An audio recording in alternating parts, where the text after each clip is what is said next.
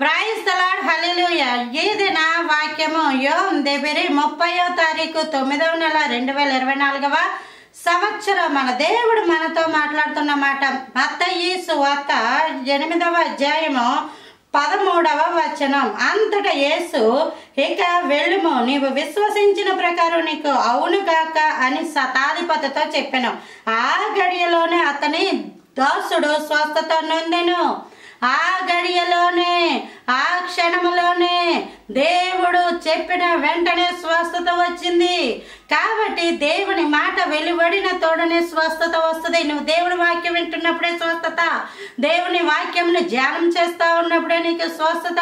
నీవు భయపడాల్సిన అవసరం లేదు. దేవుడు నీతో మాట్లాడుతున్నాడు. దేవుడు నిన్ను స్వస్థపరుస్తాడు. దేవుడు నిన్ను స్వస్థపరుస్తాడు. దేవుడు నీకు తోడై ఉన్నాడు. దేవుడు నువ్వు చేసిన ప్రార్థన విన్నాడు. దేవుడు నీ కన్నీళ్లను చూచి నీకు ప్రతిఫలం ఇస్తా ఉన్నాడు. దేవుడు నీతో పాటు ఉన్నాడు. దేవుడు నిన్ను స్వస్థపరుస్తున్నాడు. ఈ యొక్క స్వస్థతని హిబ్రూలో రాఫా అని అంటారు, గ్రీకులో అయోమాయ్ అని అంటారు. Praise the lord.